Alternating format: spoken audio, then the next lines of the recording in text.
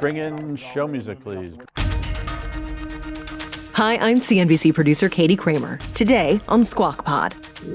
Sentencing day. Sam Bankman-Fried faces years in prison following the massive fraud conspiracy and collapse of crypto platform FTX. Puck's Teddy Schleifer on the story. When you think about the big picture here about what is the role of a judge, a prison, you have to consider things like, is this person going to be safe? Should we care about his kind of mental condition over the next 40, 50 years of his life?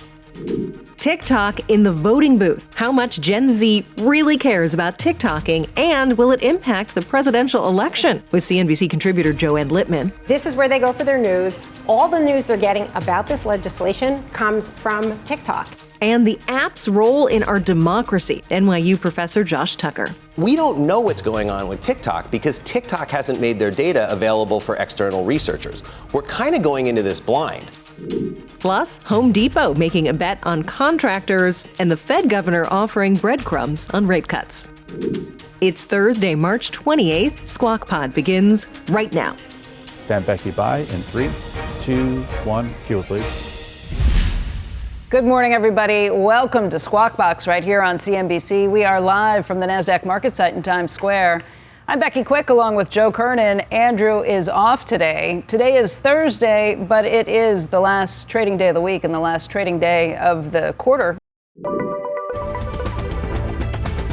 Folks, we do have some breaking news on a Dow component, Home Depot. The company is acquiring SRS Distribution for $18.25 billion. SRS is a leading building products distributor that supplies professional roofers, landscapers, and pool contractors.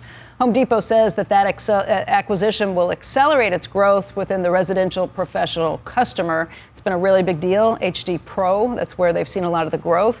Home Depot says it expects to complete the deal by the end of this year. I just got off the phone with the CEO and the CFO talking a little bit about this. I was not familiar with SRS. No. It was founded in 2008, and it's grown every year. In fact, the Home Depot CEO, Ted Decker, says it was up last year during our period of moderation. You did see Home Depot sales, or Home Depot's earnings slow after the phenomenal growth they saw during the pandemic. SRS is based in the greater Dallas area. The entire management team is sticking around. They've got 760 branches in 47 states, a sales force of 2,500 people, and 4,000 trucks that deliver directly to the job sites. Cash deal? I don't know. I got to look at the rest of this. It looks that it's going to meet one of Home Depot's 3 big goals this year. They said this is one of the big opportunities, Decker did, because the pro is where you see all of the growth happening. That's what they've been trying to expand on. Just in terms of the total addressable market, right now, Home Depot has a total addressable market of about $950 billion in what is, I believe, a $45 trillion market. If you just look at home values overall, they think that this acquisition will raise their TAM to $1 trillion, that they'll then have a much bigger addressable market. Looking to close by the end of the year. They say it will be GAAP dilutive in the first year because of amortization of the deal, but cash accretive in year one. I think the big issue here, though, is going to be what regulators say and whether they sign off on this. Decker saying they don't anticipate any regulatory issues because it is a separate customer base, but there is a breakup fee. They wouldn't tell me how big the breakup fee is. It's going to be in the SEC filings later today, but we all know the regulatory environment that you're looking at. SRS is number 2 in pools, for instance. Home Depot, obviously, the biggie. And we'll see what kind of scrutiny this gets. $382 billion. Years ago, we would have thought, wow, that's a lot for Home Depot, but it seems like they could easily do an acquisition like this. While you were talking, I was saying, so there's a big market in. There's regular Home Depot, and then there's the pros. The pro, that's what this is. Yeah, the contractors. Is there something for people that have no ability whatsoever to use Home Depot products? Like there's a pro. Light bulbs. No, I need. Here's like the normal person that I see there, the normal. And then these are really professionals doing Professionals roofing, do a ton of construction. Contractors do a ton home of building. Yeah, they use this is a huge market. The people who are going for light bulbs, people that hurt their thumbs, people that need seed for the yard. That when I hear someone's putting in a bathroom, by themselves, like yeah. People do that. Yes, they do. They put in cabinetry. They do. And some people find that an attractive feature for a man to have. Got lucky with Penelope. Because, yeah, okay, let's. But look, it's a big deal. Yesterday, I was just looking through some of the analyst notes. Yesterday, D.A. Davidson cut its rating on Lowe's, Home Depot's biggest competitor. And they said even though he loves Marvin Ellison and the leadership there, they're going to have a real tough time, he all thinks, about growth, right? In terms of growth. And his suggestion in that note was for Lowe's to do something with the contractor. That has been a really strong point for Home Depot. Further from this that. is going to make Home Depot even bigger. Yeah, in the Lowe's contracting seems business. even further from that niche that Home Depot can occupy so well. Home Depot, we saw the stock had been down. It's come back with a vengeance, so. TikTok has launched a $2.1 million advertising campaign with a clear message for senators in tough re-election fights this year. Block that House divestiture ban TikTok bill. The ad urges senators to think about, in their words, think about the 5 million small business owners that rely on TikTok to provide for their families. The village is always there for the moms on TikTok. To see all of that disappear would be so sad. It's going to affect a lot of people's livelihoods. We have got to make enough noise about this so that they don't take away our voice. TikTok has reserved TV ad space in battleground states, including Nevada, Montana, Wisconsin, Pennsylvania, and Ohio. And data from Ad Impact also shows TikTok bought ad time in New York, Massachusetts, and Minnesota. I don't know if any of those are battlegrounds. The ad started running yesterday. It's very disingenuous to say, think if this all disappeared. Okay, what if it was sold to American hands, which the Chinese would never allow? They would be the ones who would shut it down. Right. So I'm not going to make any comments here. There's a lot of things that go on TikTok, I think, that don't look like what they were just. No, but I'm not. I will say there's a good side of social media. There really is. It helps communities come together, people who can't find each other. But there are a lot of bad things too. The bigger issue is this is about neither of those things. This is about what is happening with your personal information and data. That's the question. Right, because we'd have to go after everybody, basically. Right. Every single one of the social media companies have a good and bad side on them. Right.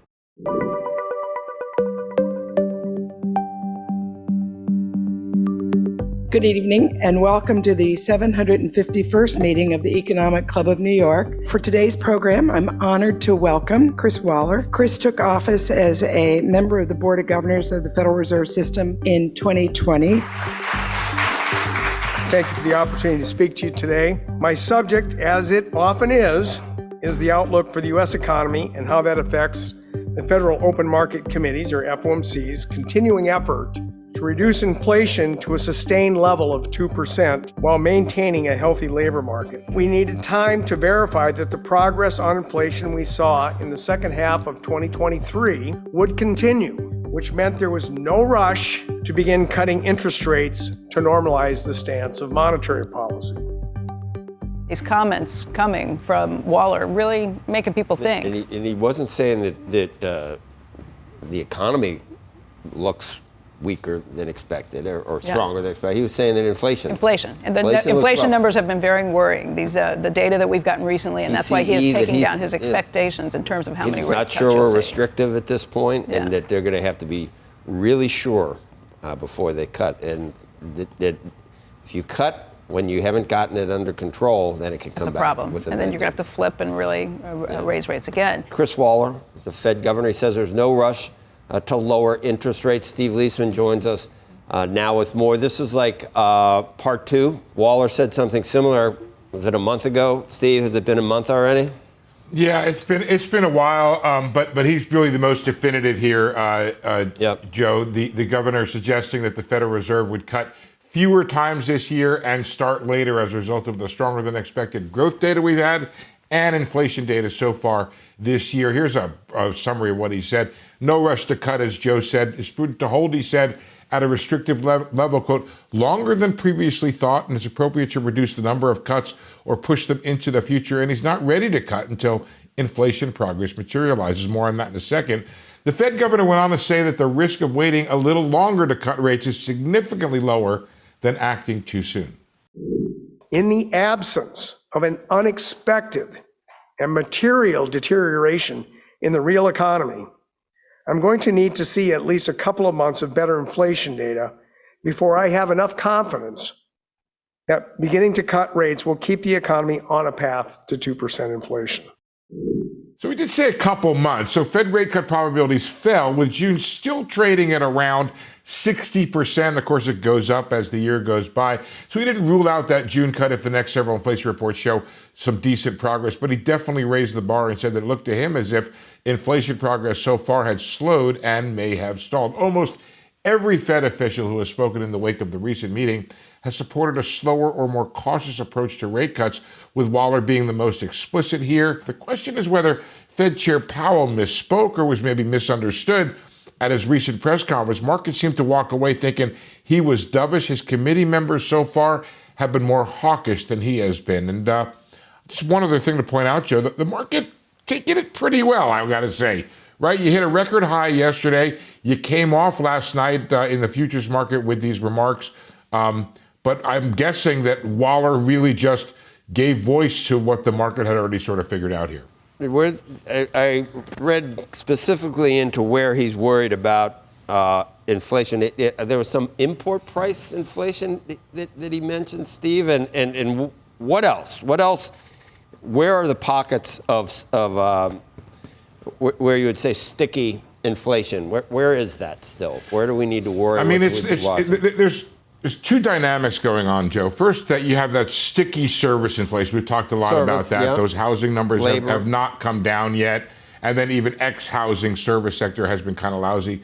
But you've also had this kind of little bit of a surge in commodity prices recently. Cocoa, copper, and other things like it have gone up. You've got some issues around the world when it comes to the Red Sea. I don't know about this Baltimore situation. Waller did say that the Baltimore accident is not going to have a big effect on it. The Fed's view so far is it won't have a big effect on the economy or on inflation. But you have seen what was a negative number for goods prices and was offsetting the sticky service inflation. It's gotten a little less negative, and that's something we have to watch. Well, I don't know. Is this true? He sees core goods disinflation stalling out due to elevated import price increases. Yeah. And Joe, you kind of forced me to talk a little bit about something I'm working on, not ready yet, but we do seem to have better global growth. One of the things that we've benefited from recently has been some of the weaker economies, and we've been importing a little disinflation. And I've been trying to figure out how much of the stickiness of the inflation has been coming from abroad. China did a stimulus. Japan looks to be doing a little better. Some of the numbers out of Europe have not been as bad as we have previously seen. So it may be that we had a little gift last year from weaker global economies, and that impulse could be turning around now. Wow, we dodged a bullet here, Becky. I'm going to read this right now. Thanks, Steve. But that's going to be good for U.S. growth too, Joe. Right. There's numbers coming out. I know, the PCE, which, by the way, are they on for that? Yeah. Can we ixnay on the even ockingtay about it? Or we're going to be... come later. Huh? They come later. What does? PCE. Tomorrow, I guess Morgan and Steve and Rick because it will comes be a little online. later. It does. It says 8:15. Oh, is it 8:15? Oh, full coverage begins. Oh, it's in the copy. What a concept. Let me read it then. And a programming note. Tomorrow the markets are closed, but the government is open. Yay. That means key inflation data will still be released at 8:30 a.m. So 8:30 a.m. Watch CNBC.com for the key data of the day, PCE, personal consumption expenditures. It's an important number. It's the Fed's most important number. I'm glad we're covering it. The royal we'll be online with full coverage starting at 8:15 a.m. Morgan Brennan, Steve Liesman, Rick Santelli all drew the short. No, they didn't draw the short. We need their analysis. Yes, we need it. We need it now more than ever with the numbers, news, and analysis. That's at 8:15 a.m. tomorrow on CNBC.com. Cheese will be next. Coming up on Squawk Pod, Sentencing Day is here for disgraced crypto king Sam Bankman-Fried. Puck's Teddy Schleifer joins us on the high stakes for the once high flyers, jail time. if you had, a Bitcoin in November 2022, you're going to have the value of that Bitcoin today. But obviously Bitcoin is, prices have increased by 300%. So it's a question of what is the opportunity cost you lost by, being a victim of a crime.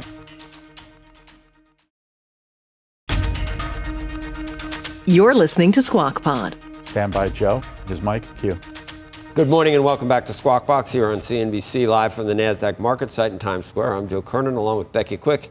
Andrew's off this week. Former FTX CEO Sam Bankman-Fried is heading back to Manhattan federal court today for sentencing. He's facing up to 50 years in prison, while his lawyers have asked for no more than 6.5 years. Joining us right now is Puck's Teddy Schleifer. Teddy, Joe asked the question when you sat down. You didn't answer it yet, but it's the right one. Yeah. Go ahead. 40 or 6. 40 or 6. There are 34 numbers in between. Look, I think the consensus is that this is going to be somewhere between 20 to 30. Really? And in a lot of ways, this is almost more interesting to me than the trial itself. There's obviously no debate that's going to happen about the facts of what crime Sam allegedly, or I guess at this point, no longer allegedly committed. It really goes to what is the point of the criminal justice system, right? Is it to make sure that someone like Sam Bankman-Fried doesn't come along again and commit, some future crime over some future asset class that we don't even know about? So because that worked with Madoff. Right. or is it about what is fair, right? And the conception of fairness here is, might remind you of a college philosophy seminar, but is it fairness about what Sam deserves? Is it fairness about what happens to victims? Yeah. Is it fairness about what it says about America or about society? These are weighty questions that aren't easy to answer. There is a narrative out there that I think's been put out by Sam Bankman-Fried's side that, hey, the money's all back, everything's here, no harm, no foul, let us go. Yeah. Is that true? There were victim statements that were put in last week. So it's complicated. It kind of depends on whether or not you believe that victims should get the money they had as of November 2022, when this whole thing collapsed, or if victims should get the money that they would have today if nothing had happened. But a lot of these people have had no access to their money and have had, right. there was a woman who put in, a mother who has a disabled child who has had no access to her funds, and talked about how awful this has been for her. There's no question that Sam Bankman-Fried was using the funds as a piggy bank for himself, for his family, for everyone around him, using those funds freely without any recourse or thought to what would happen to these people whose money he was taking. Yeah, and for someone who spent the last 15 months, worrying about whether or not the money was ever going to come back, there's obviously, this has been a traumatic experience, obviously, as you can tell when you read those letters. But yes, victims have been made whole, so to speak, in that there was never, if you had, a Bitcoin in November 2022, you're going to have the value of that Bitcoin today. But obviously, Bitcoin is, prices have increased by 300% in recent months. So it's a question of what is the opportunity cost you lost by, being a victim of a crime. But it was also, look, he was clearly commingling the funds, lying about it.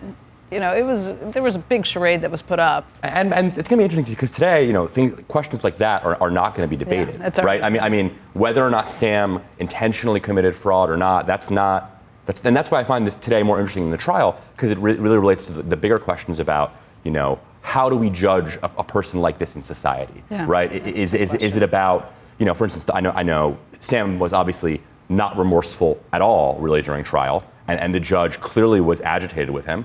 But should that matter? That's actually an interesting question. Does Sam's attitude in court matter? That's something that, I understand if you're the judge, you want the guy to be respectful. You don't want him to be so pedantic like he was. Well, you want them to be remorseful so that if they get out, they don't do it again.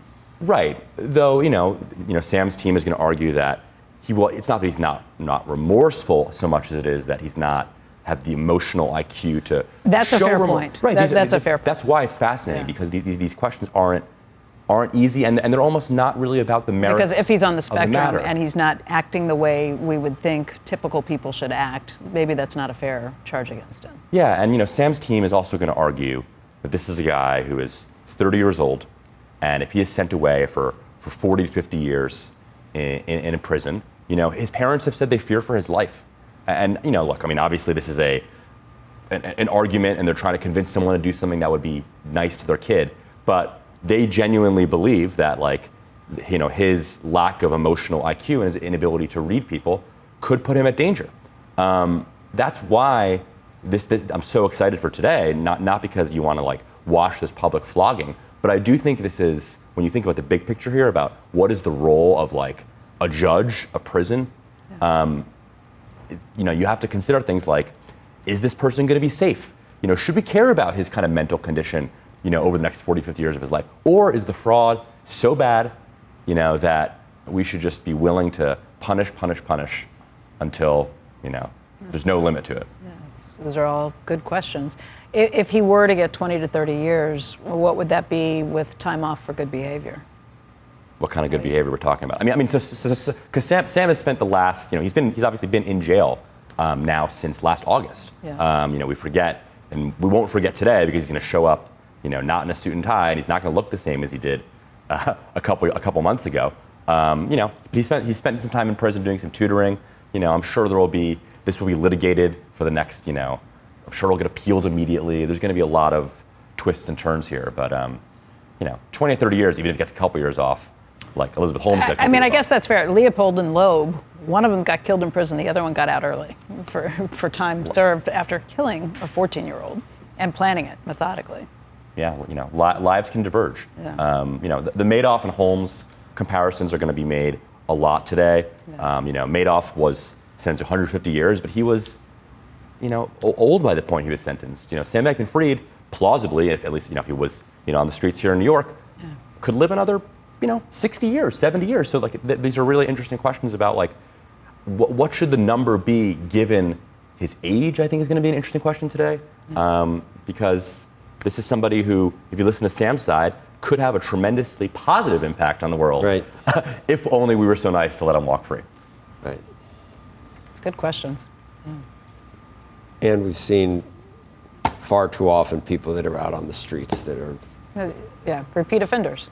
Repeat offenders is a rough week. It's a wake today. It's a rough week for people that are being out there. And this was not a victimless crime, obviously, but other people are getting out without bail that have done. But in the remorse thing, there's a lot of remorseful psychopaths that really aren't. Right, playing the jury. It's like everybody in prison's innocent too. They're both remorseful and innocent. In prison. It'll be interesting to see today. It'll be interesting to see today on the point of remorse about whether or not Sam speaks. It's possible his parents speak. Like today is again not a trial on the merits of what happened, but so he obviously testified in his defense, and it kind of backfired pretty dramatically. His parents did not take the stand. It's possible that all of them speak today, not about what happened, but about whether or not this is a person who should be sent away for the rest of his life. And knowing Sam, you got to think that he's going to bet on himself again and try, to do his best Braveheart speech and somehow convince the people to get out of this. This gives us a lot to think about, and I'm going to be sitting here thinking a lot about it. So thank you. Sure thing. Next on Squawk Pod, two professors and an economist walk into the Squawk Box set to talk TikTok. 31% say hands off my TikTok. Our Steve Liesman with polling data from voters on the TikTok divestiture ban bill. And NYU professor Josh Tucker says interpret polls with caution. When we ask a poll and we ask people about TikTok, yes, people are going to tell us their opinions about TikTok, and they may be very upset about it, and they might be very upset about it for good reasons. But the jump from that to it actually affecting voting behavior is actually kind of a huge leap. Plus, Yale's Joanne Lippman on the power of the platform. Oh my gosh, there's this outcry. All the representatives are getting spammed with all kinds of calls and all kinds of protests, but that's because TikTok set it up.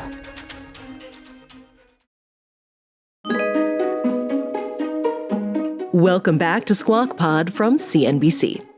TikTok is growing in importance as the primary news and information source for younger Americans. The short-form video app's cadence and visuals, the scroll, it's ubiquitous in how younger citizens receive and process news. Lawmakers, educators, media executives, everybody is worried about the Chinese-owned app's dominance in the lives of young Generation Z. Becky Quick takes things from here. Steve Liesman joins us right now on set with the results from the latest edition of the All-America Economic Survey. Today, Steve is taking a look at TikTok, whether it's seen as a security threat and whether Americans want it banned. Steve, what's the... It's very interesting, Becky. It's an issue that pits national security concerns against personal tech freedoms, and a majority of Americans are concerned enough about national security support banning TikTok or forcing its sales. But hold on, because there are substantial divides along political lines, generational lines, and I guess you call them along tech lines. 20% say it should be banned no matter what. 27% say it should be banned unless sold to a non-Chinese company. So put that together, 57% are in support of a ban or a sale. But 31% say hands off my TikTok. Democrats split 40-38 in favor of a ban, so they're pretty well divided within the 3.1% margin of error. Independents 34-40 against a ban. Republicans 60-20 for the ban. A large percentage you don't see there don't know enough to say. But those splits there on the political lines are not the big splits. Take a look at these. 31% all want it banned, but 18 to 34, 48% do not want it banned. 65 and older, what is that thing, TikTok? They're saying, let it go. And when it comes to those who use TikTok the most, 53% of TikTok users say it shouldn't be banned. That includes 67% of daily users don't touch my TikTok, and 44% of those who use it weekly or less. But 20% of the non-users say, it doesn't matter. Go ahead, take it away. This issue may be more fraught for the Democrats and Biden than for Republicans and Trump. Biden's struggling to hold his winning coalition together and already has a problem with the youth vote, in part over the Israel-Hamas war. So our latest survey shows that the 18 to 34 group has a 33% approval rating on Biden. Their average over the course of the Biden presidency has been 40%. We had a tick up for Biden overall, and that was back to the average of 40%, but not for the youth vote. The best outcome from a political perspective could be a sale, one that's seamless to users, but this could only be the beginning of a series of issues that pit national security and social and cultural concerns against tech freedoms, maybe young against old, tech savvy against the not so tech savvy. I'm not looking at you, Joe, for any particular reason. My daughter asked me. My daughter said, she's worried. Do you have TikTok on your phone? I go, you mean my clock? What are you? Exactly.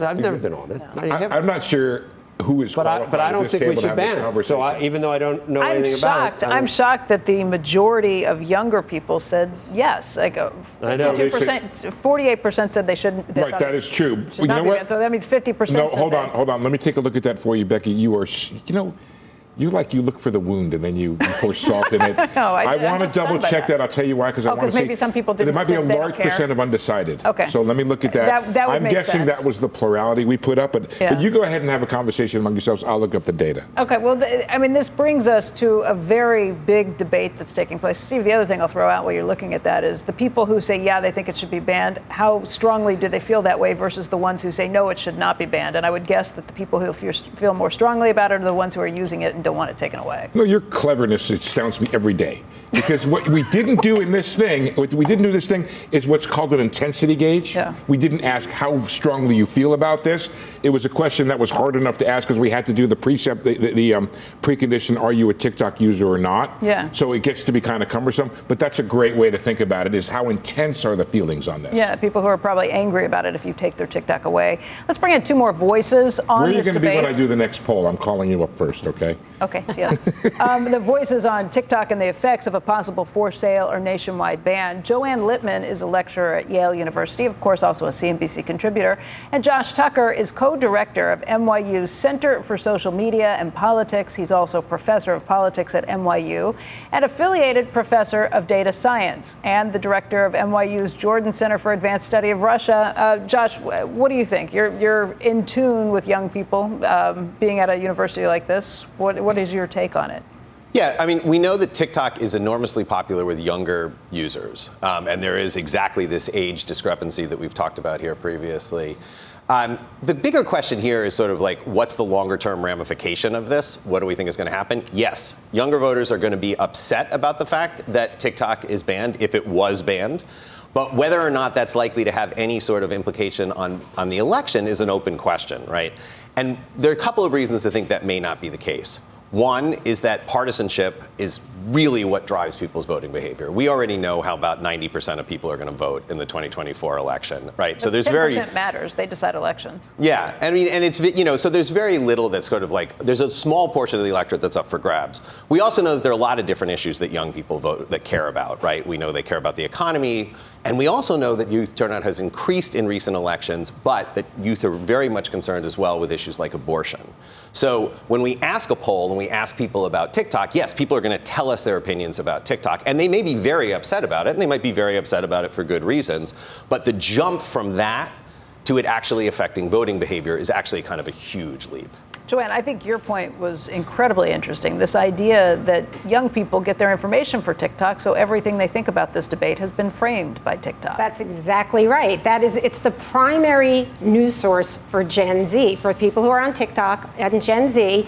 This is where they go for their news. All the news they're getting about this legislation comes from TikTok. And not only that, TikTok has been behind this mobilization. Like we hear, oh my gosh, there's this outcry. All the representatives are getting spammed with all kinds of calls and all kinds of protests from, but that's because TikTok set it up.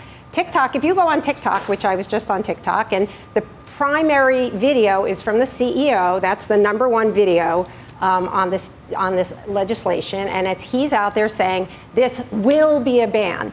Talk to your senators. And then these young people are getting notifications on their phones from TikTok that say, here's how to contact your representative. Give us your zip code. We're going to tell you how to do it. So what's so funny is, and I don't know if it's funny, it's ironic, is that what the legislation is concerned about is one of the issues is, can TikTok manipulate voters? Yeah. And here is sort of a great example. I don't know whether you would want to call it motivation or manipulation in terms of how they're doing it. Some House members who got a huge number of these calls coming in said it actually pushed them to think, yeah, we definitely need to get rid of TikTok or at least have it in U.S.-owned hands. Right. When we think about the effect of social media on elections, we can think about this very sort of narrow question about people's opinions about the TikTok ban and how that might implement their voting decisions, right? But then there's a much larger question of how it is that we think the entire social media environment affects the way people vote, right, and affects the voting process. So since we've had the rise of social media in this country, we've seen so much political campaigning that's moved online, and we've seen use of it by politicians. And so this remains a sort of big open question that people are trying to get answers to, which is how does social media affect the impact of elections? So I think it's important to keep these two things distinct, right? One is like the much larger question of the information environment and how that's affecting people's vote, how they get information about voting, where they go to search for information.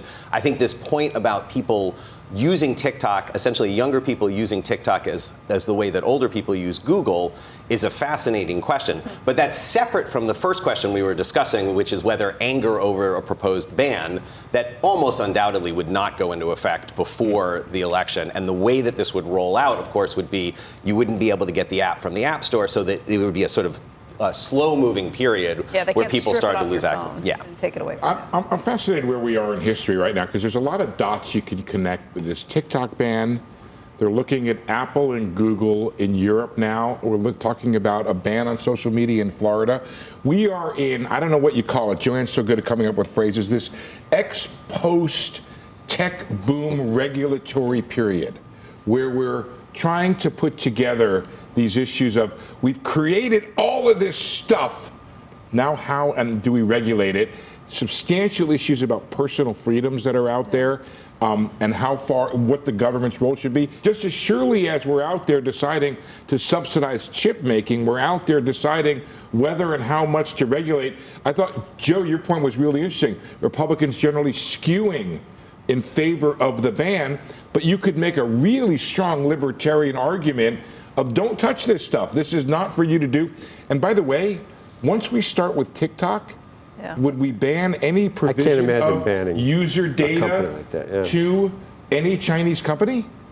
Aren't there Chinese financial companies that might be gathering our data? Left and right are both fractured on so many, there's so many different things you can be. There are ways to split and skew. So you got maybe the hardcore religious right that doesn't like what supposedly it's doing to our children, but then you've got the libertarian right that thinks this is a private company or like which is why private nothing sector ever gets done in Washington, and nothing. Well, some no of those things regulation are ever gets legitimate passed. concerns from, it could be 51. Can I just give you the data real quickly, Becky? It was 19% are either don't know or unsure. Okay. So the plurality, 48 is a 48 big is a big plurality of number. the youth Yeah. who are opposed to the ban. Okay, I withdraw my question. Can I make a point on this question of the regulation? I mean, one of the things that's really distinct about TikTok is we are having this conversation about what's happening on the platform from a very speculative standpoint. We can do what Joanna's doing, which is we can go on and we can look and see what our experiences are. But the whole nature of TikTok, what's so disruptive about it, is that it doesn't deliver content through the social graph the way that other social media platforms do. It has a personalized algorithm, which means that we're all seeing different things. Right. We see different things. And so the type of work that we do at the NYU Center for Social Media and Politics is we try to pull back and get much more broader views by looking at wide swaths of data across these platforms. But we don't know what's going on with TikTok because TikTok hasn't made their data available for external researchers. We're kind of going into this blind. So when we think about regulation, there's all these questions we want to ask on a regulatory sense, antitrust, all the things that you're bringing up here.